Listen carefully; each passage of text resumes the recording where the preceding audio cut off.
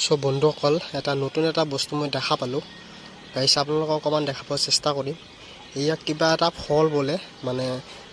ফলটো মানে সেই বস্তুটো খালে মানে পেটৰ বিষ আৰু বহুত কিবা পেটৰ কিবা গেছ থাকিলে মানে বোলে ভাল হয় মানে দেখিব পাৰিছে মানে